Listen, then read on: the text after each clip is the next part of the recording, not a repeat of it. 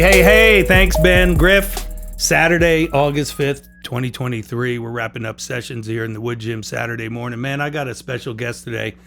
This guy comes from old school, long school. He comes from the North, New Jersey. My buddy's Chris Fautz. Raised, I think we were born together, basically. So we're going to chop it up for about 45 minutes. He's in town this weekend with his daughter. He's been seeing on the Instagram where I'm training like the younger generation. So he's like, all right, we got to get up there. So he has a soccer player, Eden, that's just a doll baby. I think she's got some athletic ability. It's all new to her, but she was thrown in the fire today, the furnace, right at broil in the oven. And she trained today, so they're here for about 3 or 4 days, going to get some training sessions in and catch up, and it couldn't be a better time to have you on the podcast. Mr. Chris Fautz, welcome to the show. Appreciate it. So happy to be here, Petrone. It's awesome catching up with you. Unfortunately, with the COVID, we didn't really get a chance to see each other the past couple years. But obviously staying in touch and seeing what's going on through social media, texting, and so forth. But Eden actually was the one who came to me. You know, I was watching one of your reels on Instagram, and she's like, "What are you watching?" He's like, "Is that your buddy Charlie down in Tennessee?" Yeah. She's, "Let me see that." So she started watching some of your reels, seeing the younger guys and girls training down here. She's like, "Dad, do you think I can go down and we can spend a weekend and train with your buddy?" I said, "Yeah, absolutely." And that's when I hit you up and said, "Hey, what's going on? What does your summer look like?" And typical here we Fautz, are. he just books it like he's sending it over. He's very strategic with stuff, he's task, opposite of me. Okay, it's complete opposite. So here's the flight plans, how these dates. I'm like, let me get to the gym and check. Now that you see our Exactly. calendar, Exactly. you can look at that, and it has smiley faces and frowns on it. So I said, yeah, that's a perfect weekend because my Miami kid just left. And Fautz came in. But Fautz, you were here, I think, 4 years ago for an Alabama UT game. We went to Brian DeBusk's box. Yep. It was going to be on August 26th. Yeah, it was that 2019, right before everything hit. Crap, yep. And then we were supposed to have a couple times to go down and see, meet, and everything. Exactly. Hit. So and then it's great seeing you. Absolutely. Yeah. And your daughter's she's a doll baby. So and she did great. Amazing. Yeah, she did good today. Yeah, she definitely humped it. I'm impressed because she's never done any, training off the soccer field. Right. We had some good talks last night in the kitchen about her, and then we had some better talks on the couch about certain things of, this guy's Johnny Hustle. I mean, he's every time you see Fautz, because when we started hooking back up again, it was 98, 99 when you came down for my wedding. Yep. And then we started hooking up more when Pennington was with the Jets and Todd was with the Rockies. And I was up in New York City. Up in New York City when you lived in New York City. And this guy, talk about hustle and talk about entrepreneurship for everybody that's following their entrepreneur ways of Instagram, of doing it. It's the one thing the guy doesn't do is he never turns off. He's always hustling. He's always into something. He's always working, and he's super educated. People don't know that he's an attorney and went to St. John's, correct? Yep. Right? Your education background is from St. John's Law. Yeah, so I mean he's that guy. He's a numbers guy. I mean, last night on the couch I'm like, wow, I feel like a loser. I was like, whoa, all I have is a wood gym with a Miles the Mouse running around here. I mean, yeah, so I was like, but he's that guy. I mean, one time we went up and you had the G500 wagon, and you were the one that goes, this car sucks because the windows, all the rocks hit the flat thing or whatever. We were bouncing around New York. Yep. That's when you had burger joints, like Wahlberg's burger joints. Exactly. You had burger joints, so he's a financial guy, went to Costa Rica, just left, got up and left in New York City, and you got your beach house in Jersey. I mean, the guy's all over the joint. Yeah, I've done it. I definitely have had a mixed type of career. But yeah, being in New York City, and then a couple of my buddies were down in Costa Rica, and then they were like, "Hey man, this place is really booming. You got the financial mind, the real estate background as well." So I asked, "All right, I'll come down your next trip." They're all surfers. I didn't surf. I'm a scuba diver, so I brought my scuba gear, and I ended up scuba diving. And we went out on horseback and checked out some farms and stuff. And I said to my buddy, like, we're throwing numbers around. I'm like, this is ridiculous. 25 acres on the beach, how much we could get. So I bought 25 acres on the beach in 2005. Fast forward, we developed that over the next several years. Really cut my teeth on real estate, and then we transitioned back to the U.S. full time back in 2015 and landed in Southwest Florida. How did you do that? How'd you get from Costa Rica to Fort Myers? Florida? You know what? We knew we weren't moving back to the cold weather, back to Jersey or back to New York City. So we were thinking somewhere, where could we be warm? California wasn't on the, wasn't on the cards. I couldn't live in that state, even though it's beautiful. I look funny in cowboy boots, so Texas wasn't an option. So we decided. I don't wear cowboy. That must be a Jersey thing, Italian thing. I don't wear cowboy boots either. I'm like, no, I'm good. I'm not Tulsa King. I'm not Sly Stallone. So yeah, I'm not doing that. Doesn't fit. So that's how we ended up. My mom, Doris, was over on the east coast of Florida. She had moved over to the west coast. And we came to visit her one of the spring breaks when we were in Costa Rica. And we're like, it's a little slower pace. Get more for your money on the west coast of Florida versus the east coast. And that's kind of how we landed there. We started out in Sanibel Island, which is a beautiful island, which unfortunately just got devastated with Hurricane Ian. But, you were in that, right? We were there, yeah. We stayed. We sold our place on Sanibel about 3 years ago and moved towards downtown Fort Myers. But I think I talked to you that week. I was in Chattanooga watching Max Onset Baylor in the hotel, and I called you in the morning, and you said, dude, I almost made a risky move and lost my whole family. I got out in the car to get gas, or you were bringing gas, but before you said when I got out in the car, I was kind of scared because the roads were flooded. Yeah, and I thought the windshield too, the pressure started to push up. I thought my windshield was going to pop. Right. I remember that, you telling me that, and you were going back Trees and forth. were going down, and it was definitely a scary ordeal. I will never, ever stay again for a hurricane. I definitely underestimated because back in 2017, we had Hurricane Irma, which really wasn't all that much, and I think a lot of people in Southwest Florida got complacent. Like, Irma, it was supposed to be big. It really wasn't much. And, I'll ride this out. But this was an ass whooping, to our whole area. But fortunately, we're coming back bigger, better, stronger. Jamie, my wife, is really involved in a local charity, and she really helped mobilize our community, raised a lot of money, actually got the regional CEO of Walmart on the phone, saw one of her posts went viral, called her up that Sunday after the hurricane and said, what do you need? What can I supply for you? Jamie gave her the list. He goes, it'll be there Tuesday morning. Tuesday morning at the center, Walmart showed up and had a tractor trailer full of stuff that we needed mostly for children. Did you get to talk to Diamond Dave Marlowe in here, the Fort Myers guy that goes down and vacates? Did you guys be able to understand the scenes and this? And you were telling me yet last night that there were yachts that were in the back of yards. Oh yeah, turned up. There's still some in the ocean. Yeah, what $1 million yachts still up in the submerged. Ocean? With submerged, capsized or whatever it was. Some of them on these little barrier islands. Yeah, it's crazy. Yeah, Dave's place. He's on Fort Myers Beach, Estero Island, and it's pretty much bulldozed. It looks like a nuclear bomb dropped on it. And he owns a condo, he told me, and all the owners got together and they decided that they're demoing the building. Yeah, it's not structurally sound and they're going to rebuild it. Tell the audience all the boats that lost. Didn't you tell me the number last night? It's I don't know the exact number, but it's thousands of boats. My neighbor down the street, third generation shrimping family, they had 12 big shrimp boats. They don't have insurance. It's been in their family for so long. He lost 8 of his 12. And then he brings them during this time in the summer down to Texas. I guess they do a lot of shrimping in Texas. I'm not sure what part, but he was only able to salvage 4 boats. Holy moly. Yep. Wow. Yep. So what does it look like now? Cleaned up. It cleaned up, I would say up until about 3 months ago, it was just rubble. Literally, it looked like you see pictures of the Ukraine, after these missiles come in and stuff. It's kind of what it looked like. Buildings collapse, cars upside down.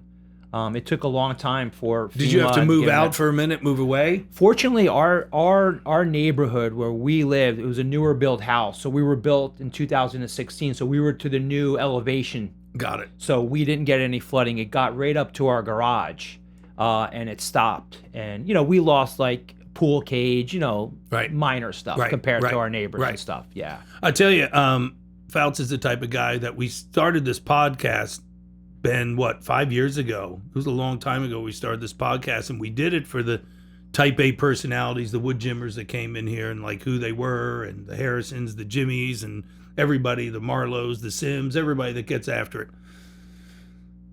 Well, Fautz is one of them too, so he's that guy that's Johnny Hustle. He reminds me of Pete Rose. He's Johnny Hustling. He's always doing something. So explain what you're doing now with a law degree. Yep. But explain like how you make a living now. Sure.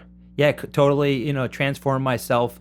Having the law background, it's a great education. And I tell people that, like a lot of younger guys that I mentor and stuff. And, some of my friends that I went to college with in law school, they have older kids and, they'll ask me, not, as their dad's friend versus their dad, hey, what did you think, Mr. Fautz, of law school? Was it worth it? I'm not sure I really want to be an attorney. And I tell people it's a great degree. You know what? Knowledge, nobody could ever take that away from you, right? You could lose this, you could lose your house, you could lose your car, but the knowledge you gain, no one's taking that away from you. And no matter what field you go into, you can apply that.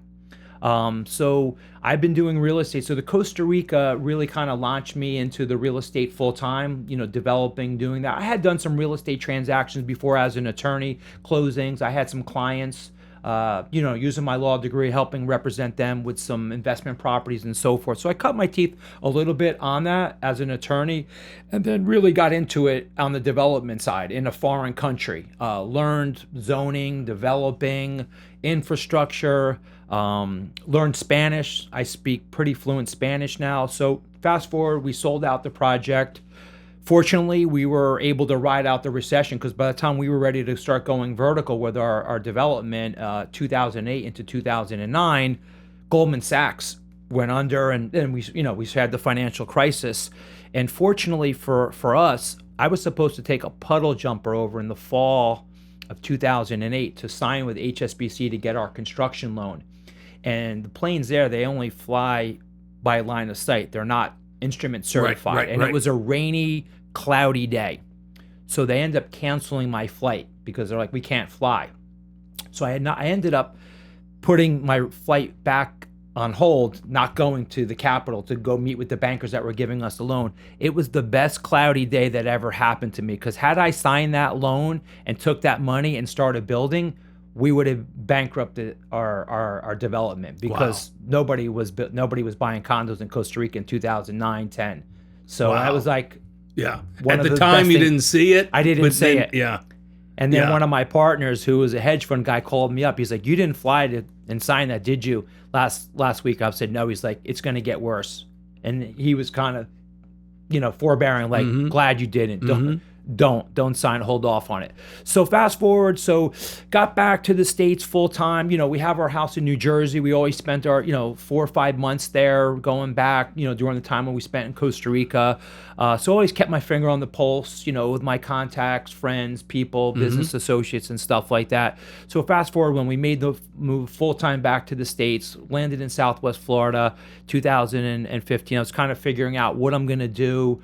And, I said, you know what, I'll get my real estate license, get my broker's license, and, I'll start putting some feelers out there, start going to what we call RIAs, Real Estate Investment Associations, meeting local investors, getting the lay of the land. You know how I am. I'm very observant, analytical.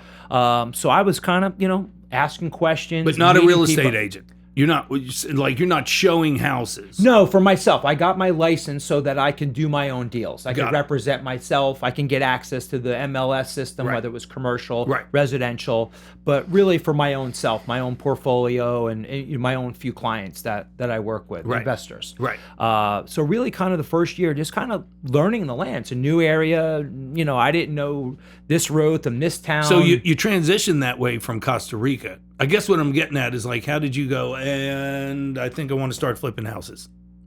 You know what I'm saying? Like, how did you get to that from Costa Rica? Yeah. Because you did some developments. We talked on the couch last night about it. But exactly. Yeah, I did development. Well, I really didn't have the contacts to do the development in Southwest Florida. I mean, you need it. It's a bigger number, tens and tens, hundreds of millions of dollars, right? It's a different platform, a different level, Costa Rica versus Southwest Florida, the players that were in there. Got it. A lot of them are publicly traded companies and so forth. So I said, well, what's a niche that I can get into that are smaller? So rather than, I went for singles and doubles, and that's how I started looking at what singles and doubles mean. buying single family properties, condominiums, small multifamilies. And what we talked about last night was amazing with the trailer parks and stuff. I'll talk a little bit about that. So I just started up my company, Core Real Estate Properties. I got a designer. We did multiple websites. I started staffing up with virtual assistants in the Philippines. We started buying lists of probate, people that pass away. A lot of older people pass away. There's a lot of retirees in Southwest Florida. So I started buying probate lists, buying lists of people who were in foreclosure. And then I put together a marketing team. I had virtual assistants. We would call these people. We would send them mailers. And my team would follow up with them to find out if they were interested in selling. Was the family going to keep the property? A lot of the heirs were out of state, in the Midwest, Michigan, Wisconsin, and whatnot. They didn't want grandma's house in Fort Myers or a condo in Cape Coral. Right. So we were buying it. We were cash buyers. We make it easy for them. We buy it as is. They can leave grandma's furniture in there. We'll donate it to the Goodwill, St. Matthew's house. If there's something special that they want, we'll put it in a storage unit, give them 2-3 months of free storage, put it in there, give them time to come down there. So that's what we started doing. We started buying a handful of houses that needed TLC. They hadn't been updated in 10, 20, 30 years. So we freshened them up and we just put them back on the market and sold them for a nice profit. And we were doing, started out 1 a month, then 2 a month, and we just started building up and building up. And then my wife Jamie was like, we should start thinking about keeping some of these as rental properties. So that's what we started doing. So over the year, we started cherry picking properties that had really good cash flow. That really produced, for me, it's a minimum. I have a formula, I'm always analyzing things. We talked about that minimum, last night. Minimum cash on cash return of 10%. So whether I'm using my money, buying it for cash, or I'm putting out 20% of my money and borrowing 80%, I'm always looking to make a 10% return or better on my 20% that I put out. Do you guys get that? So that's what we started doing. So basically, instead of buying stocks or bonds or whatever, mutual funds, I look at real estate as a different asset class, but still producing some type of return. And I also get the appreciation because real estate is an appreciation asset. So you have your cash flow, and then you also have the value of the asset, the real estate, house, condo, mobile home, going up in value that you can sell in the future for a higher price. So we started picking off and cherry picking the best properties that really produce good income. So we have a portfolio of single family homes, condominiums, and recently over the past 2 years, I started buying mobile homes. And I only buy mobile homes where you own the lot. So explain, even to Griff and Ben and listeners and viewers real quick how we talked about that last night. That was amazing with the basically low overhead. Sure. Of the trailer parks, the mobile homes. Yeah, mobile homes. Yeah. So what I've been buying individual mobile homes within areas where you own the lot, but there are also mobile home parks where you pay a lot rent.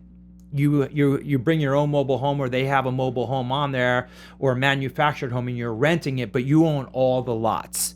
And it's a great cash flowing business with a lot of, not a lot of headaches and low overhead, because you're basically renting the lot, providing them with water, sewer capability, but you're not worrying about toilets breaking, roofs caving in. You're not owning an apartment complex. You're not owning like apartment complex. So yeah, so it's a great business, and that's something that I've been looking into, getting into, buying land that I can either develop into mobile home parks, or I've been looking to buy mobile homes where the families, because it's mostly mom and pops, about 75-80% of that industry is mom and pops. So what he does is he just calls the people. He told me how he got it with the phone list, and hey, we saw your property, you're interested in selling it from a mom and pop place, and then if they are, he buys it, and then, like you said, there's no maintenance on the mobile home. We don't own it. You just get money from the lots that you rent each month. Yep. So that's how Bob Sugar is over here. He's constantly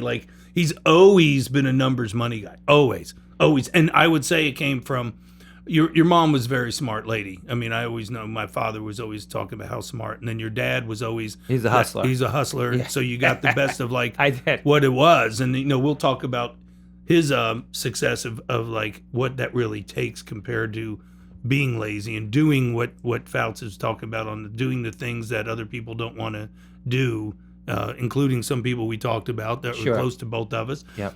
And going, that's just the difference. So There's no difference, you know, when we talked, we had that, 6-8 part series of that, just talking to Fautz last night, of his motivation and what he does and how he stays hungry and how he's, I don't know, passionate for what he does, but he was just always like, well, yeah, it's not just going to come to me. I got to go out and get it. And the people that don't go out and get it, that's more for me. And we talked about how the alpha dogs, these outliers, are so far and few between right now in 2023. It's easy to be way up here if you do. Well, people don't. Yeah, I mean, I've had lots of what interns. we were talking about last night. Yeah, I've had lots of interns. I love to mentor people, right?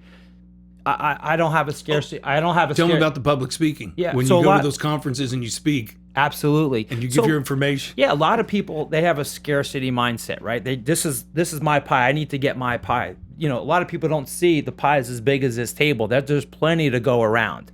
And, you know, I have an abundant mindset, and I try to instill that in people. Abundancy. There's plenty out there for you, and the more you give, you're going to get back. Tell them about when you talked at the conferences. You get this. It's everything we talk about. Yeah, so I got invited. It was last Wednesday. I spoke at a local real estate investment club. I've spoken there a few times, and so you know, I was up. Yeah, sure, I'll be on the panel. I made 50 handouts because they usually have 40 to 50 people. And I guess our panel had something to say. There was over 100 people that were there. I didn't have enough handouts. So I told people, you know, reach out to me. I'll get you the handout. Right. But long story short, you know, I shared what I do, you know, the systems that I do and how I do it. You know, gave away most of the secret sauce, you know, 99%. Got to keep a little 1% back in the back pocket there. But gave the playing field, gave them the map. And a couple people came up to me afterwards. Hey, man, I'd love to take you to coffee, have lunch with you, especially a lot of these younger guys and gals. And I said, yeah. They're like, man, you gave away so much information. Aren't you worried people are going to do what you're going to do and take the properties that you want to buy? And I said, listen, I'm happy to share the playbook because 90% of the people in this room aren't going to implement any of it. You know, that's what we were talking about. They're just not, unfortunately. That's just the reality. Opening up their places. Yeah. You're not going to like, oh, aren't you afraid of sending that work out? It's like, it doesn't matter. Yeah. Like, yeah. That's how you talk about it. So you share it. And the big pie thing is huge because it's still with the trainer cliche is, oh, I can't like share any. That's my guy. I'm afraid you're going to. And I always said, if they're going to leave, they're going to leave anyway. Exactly. So you can't like, not hold You're not them going to and whatever, them. right? Like do what you want to do, and everybody's, oh, that's not a business model. It's like, it's my business model. It was ironic you were talking that way on the couch because it's the same thing. It's like I could tell everybody exactly all this, but they're not going to do it. Yeah, you know, and they're not going to do it the way you do it anyway. Exactly. Yeah. I mean, you know, you're going to work 7 days a week. Are you going to give up everything? Are you going to, you know, burn the boat and take the island and never get back? Are you? Okay. We'll see. Exactly. And, you know, we talked about people like that. You know, and I've had a bunch of interns over the years, and, you know, some of them really stepped up and they say, hey, you know, Chris, I'm ready to go on my own. I'm going to do my own shop. I said, great. That's awesome. Here. I even give him my CRM, my client relationship management. I said, here, this is the company I use, whatever. And, you know, they just don't have the wherewithal. You know, they think they're going to open their doors and all of a sudden, you know, properties are going to start flying at them. Right, because everybody has to be their own boss. And not everybody's designed like that. I remember Chad Pennington and I talked about this. A real quick analogy with that is like in our society, and I explained this to Griff, is every defensive coordinator or offensive coordinator, it's always on ESPN and Fox of like, yeah, they're going to get a shot at the head coach. They're going to get a shot at the head coach. And then I'd say over 50% when they get that shot, they don't do well as a head coach, but they were a great offense coordinator, defense coordinator. But we are in society is always like, we have to do this. It's always more and more and more instead of going, you know what? I'm going to be a great offense coordinator for my career, of my life. So everybody thinks they could be their own boss and run their own business instead of going, you know what? It's a different mindset. I could be right here and be fine. It's a different mindset. Being an owner is a different mindset. It's 100%. It's not all cracked up what it's supposed to be. You know what I'm saying? Yeah. I've got a question for you guys. I think most people are interested in too, because obviously you were talking about how both of you guys have like very like type A personalities, and me knowing what I know with your story and the background of everything, and also coming down last year with you, Fautz, in your interview. How much do you guys think it plays into your guys' like upbringing and like where you guys grew up and like having that mindset? A lot. I mean, and we always talked about that. Fautz, do yourself a favor is, when you do your walks, when you get back for whatever, workout, whatever, we have, what is it, a 6-part series, Ben, of the mental toughness and what that success is. And we the big debate we had is it like, are you a product of your environment makes you that way or not that way, or can you be groomed and this and that? And I think it's a little of both, but I still think that we were raised hard. I mean, when I talk about my childhood, I cry all the time because it was a hard childhood. It was, I remember today. It was school of hard knocks, for sure. Let me tell you what, today, both our parents would be in jail. Probably, yeah. I mean, I watched him get Diapers beatings. I remember the car being pulled over and just turned around and beat the living shit out of us. I mean, honestly. True. We had two, hard moms going through divorce, figuring the way out, and they weren't, not like today with child support, alimony. You get a car, you get a car, you get a house, you get a house. It wasn't like that. It was, $5 a week, and sometimes you miss that. So we were raised a little bit different. And we also had we had to entertain ourselves as kids, right? Growing up, Charlie and I, his mom and my mom went to high school together, and my mom would drop me off there. She was taking night school, and his mom Jackie would watch us and stuff, and we'd get kicked out of the house with a size 6 shoe out and go figure out what you're doing. Yeah. And that Played was the it. dump. Played at dump. We had sticks. You were telling your daughter a couple broken bikes. the police range down at the end of the dump. We used to get the little empty bullets, and blow in them. And it was. We entertain ourselves. Well, you weren't sitting in the house, and nowadays, I'm telling you, bro. If you could do one thing, and you probably do it. Don't let your kids sleep into 11, 12, or 1 on Saturdays and Sundays. Yeah. I mean, it's like we were at the house. We had no choice. You're up and out, doing something, getting jobs, working, doing. That was after cutting the grass. Yes, you're doing. Yeah. And that's Weeding. another thing. I'm counseling some other parents today is like, do they have chores? Do they make their bed? You go home to my house today and walk in my room and see if I made my bed. I make my bed every morning. When nobody's in it, I make my bed every morning. My wife Jamie's like that. She says you have a purpose, right? We were, be useful, right? We were talking about the Arnold Schwarzenegger on Netflix. We were talking about that last night. And, one thing I love that Arnold said, he said, be useful. Yes. Out of everything, he said, be useful. And by God, I mean, that really hit me. Yeah, it did. We were getting hyped up last night about that. But that's a great question. I mean, I don't know how you see it. I don't know how you see it. I would say it's a little of everything. I just think the self-motivation. Fautz was always, where he was a little different than me. He liked the bells and whistles a little bit more than me. My father was a little bit different than Ray, his father. Sure. Ray, his father, always pulled up to my dad's house in like the nice caddy, new Cadillac, and the shiny stuff. And Fautz, product of your environment. You're that way. And then my dad was the complete opposite, the used crappy cars, whatever. But he always had people over the house, and he was one of the happiest men I've ever met in my life. Now, pulling back at it, it's just your definition of what happy is, your definition of what success is. It's all different. He's 55 years old, and he's like still working like he's 30, and that's the Jimmys, that's the Brian DeBus, that's the Harrisons trying to make a team. It's always the guys that are like, they're content but never satisfied. They see what their fruits of the labor did, and they absorb it and look back at it, and then they move forward a little bit more. Absolutely, yeah. And too, like I love reinventing myself. I think it's awesome. I think do that. He does. And I think I think people can't be afraid of that. You've got to be willing sometimes to step out of your comfort zone, and you know what? Go for it. Yeah, he right? does. He does. And if you fall, you brush yourself up, get back up. Do it again. Yeah. Because my mom, when we didn't have contact, we'll go bits and pieces throughout the years of not having contact too much. And mom's like, yeah, he's flipping houses. I was like, flipping houses? I was like, is he doing good? Is he all right? What's going? You don't know. You don't know anything. You're like, oh, wait a minute. He's turning into something else. Because then you know that. Because when I went up to New York City one time, he's like, yeah, let's go to my burger joints. So we're riding down, Manhattan on 6th Avenue, whatever avenues we were. And he's like, yeah, we're rolling in burger joints, like Wahlberg's Burgers, getting things that he's always, again, we could take this away. He's not afraid to try.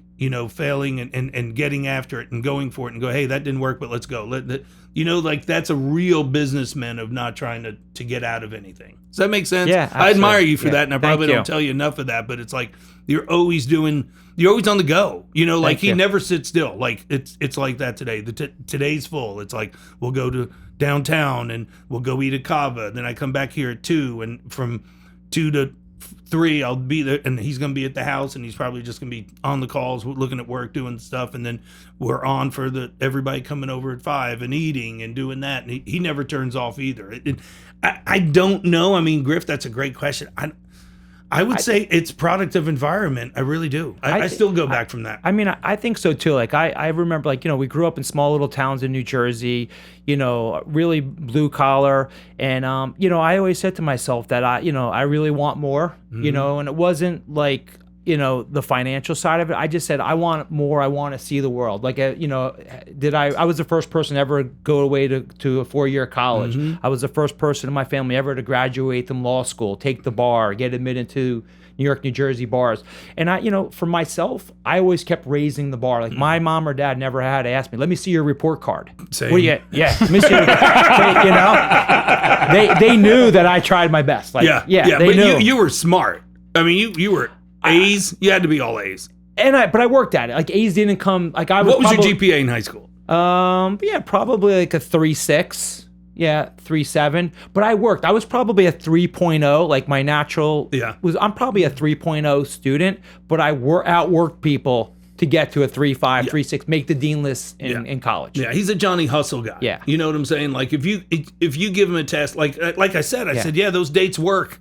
Yeah. Next day, he sent that night flight itinerary. I'm not the guy who's graduating Vanderbilt in 3 years. No, that's our next guest. Yeah, we get it. Yeah. I remember I went out to eat one time, and I saw Jimmy at the restaurant, and I was with Brian DeBus, and we had our significant others at the time. And I trained Jimmy the next morning, and he came over to the table, said hi. He goes, Charlie, I just got to ask you one question. I'm like, yeah. He's like, what in the hell do you have in common with Brian DeBus? He's so damn smart. And I was like, well, that's what we have in common. You know what I'm saying? Like I feed off him and he feeds off me. And so, I just think he gets after it. He's getting it done. And it was nice here and just sitting on the couch. And I was thinking about Ben and Griff. I was like, oh, that's a segment for like doing the little things that people don't want to do. Absolutely. And we always, and Griff now studying this for 3 years with me, and he watches the little things, and that's what we talked about. Even Griff's like, he could tell how you put a dumbbell down if you're going to make it, or how whatever it is, and the little things. The guy, I could have easily said to that kid from Kentucky, nothing about touching the line. Sure. Right? I could have easily said something like that, but I'm not being 1 Corinthians 13 in the Bible. Yep. I'm not showing him the best love of going, touch the damn line so you could get better. Exactly. You drove 3 hours here, and if I just don't say anything, but that was the little thing. Those little things made him better. Does that make sense? And they add up and they become big things. And it's discipline, right? Yeah. Yeah, because you don't touch the line one time. Okay, well then you're 2 inches off the line. Then it's okay. I'm 3 inches off the line. Yeah, and it's the same thing in life. Yeah. Professionalism, personal relationships. Yeah. And you know what was funny? And this is funny, Griff. I didn't tell you this. Before I changed my board last week, it had like discipline equals consistency and something like that. Well, Aaron, Ashlyn's boyfriend, said you could also flip it, and he was like, exactly right, because consistency leads to discipline too. Absolutely. And I was like, wow, I was right there. I said, okay, this kid's sharper than what we're looking at. You know what I'm saying? I'm like, so I think we go back to that, but I know Griff's always blown away of like that hustle, and you're making a great living, you're doing things, and then what keeps you still going? What keeps the Jimmys going? What keeps the Bryans going? What keeps the Harrisons going when you still do that? Because sometimes I feel myself getting soft with that also, of like, okay, cool, like 54, it's like, okay, and then you got to like self-reflect, the self-awareness that we're talking about next Tuesday is like, how does Chris Fautz keep himself sharp? How does he have mentors to go, hey, iron sharpens iron is biblical, of like keep in check. Sure. Because I always ask even my older guys in here, guys that are a little bit younger than me, of who keeps yourself in check, and the ones that always go, I do it, and I'm like, no.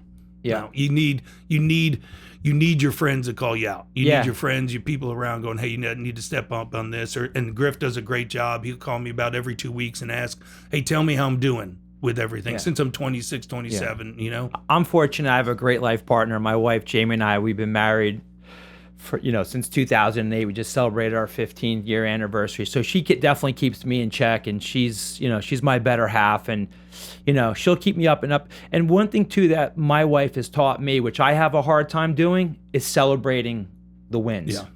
Most of the guys do. I have a hard time, like, I might be like, okay, and Yeah. then I'm off. And she's Yeah. like, no. You need more of that. You need more Yeah. than that. I You got to find that. celebrate the wins. And as a hustler, I have a hard time doing it. I'm like, yeah, that's great. I closed those 2 deals. Where's the next 4? Yeah, well, No, Jamie has to reel me in, like, celebrate these 2. Right. You just had an amazing month. Yeah. Yeah. Celebrate it. And in the sports of athleticism with 40s, he witnessed it last week with a kid that came in from Kentucky again, and he ran really well. And it's always like, oh no, and you're like, dude, come on now, like pat yourself on the back. It's good. Move It's on. good. It's really frustrating to But it's watch hard. it. It's hard for. I think it's hard for achievers and people that want to better More, themselves to do Yeah. that, to Yeah. take a step back. Yeah. And sometimes you need somebody, Yeah, a mentor, a friend, Yeah. a wife, partner. yeah. You go, yeah. Well, it's Tell the you art of to- the to deal. remind you to do that. It's and the people around me in my circle, it's not the money, it's the deal. It's the art of the deal, Yeah. like getting the deal done. It's like Kobe, like 1, 2, 3, 4. Like,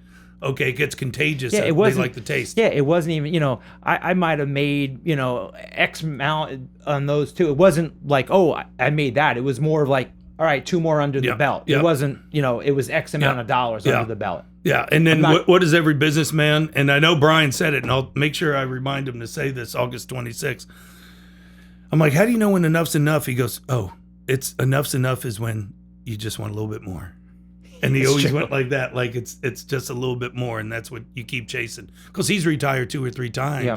tried to, and then comes back out. Why does he come back out? Why does big Jim Haslam at 92 years old still work? Why does Pete DeBusk, Brian DeBusk's father, still go in the office? And I watched Brian DeBusk's father, Pete DeBusk, retire and then come back. Sure. And it's like, it's the art of the deal. It's the juice, Yep. And I think too, like, it keeps your mind right. It keeps you sharp. Yeah, I think that's what we talked about. Yeah, last night it with keeps your you father. sharp. Yeah. It keeps you going. Yeah. It gives you a purpose. Yeah, the purpose, the Rick Warren It books gives that you are a on the purpose. shelf right Yeah. there. Rick Warren book. There you Remember go. those? Love it. Yeah. I told him about I've read that, them the all. Purposeful Yeah. Driven Life. I've read it. Yeah, Yeah. I mean, Yeah. I try to hand those out to everybody. Yeah, no, it's a great book, and I've always tried to keep sharpen myself. Mm-hmm. Whether it's constantly reading.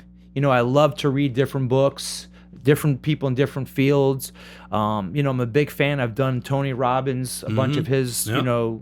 Date with Destiny, Yeah, Unleash forget the about Power him. Within. Everybody forgets about him now, but Yeah. I had all his CDs and all that stuff like coming through the it's- ranks in the 90s of all the business books and everything. You got to try Yeah, to you got it's- to put all those tools in the toolbox. Yeah, absolutely, right? Like, we're gonna play golf tomorrow, Yeah. and my daughter, this is a great analogy. She's like, Dad, why do you need all those clubs? She's like, because we were talking about, is our bag gonna be overweight or not? Right. And Eden goes to me, Dad, why don't you just lose your 8 or 9 iron? I'm like, I don't know, I might need that club. I gotta have it in the bag, and it's just like Yeah. life in general. You don't know what clubs you're gonna need, but you Oh, I want to like have that them. one. Yeah, I like that one. That's nice.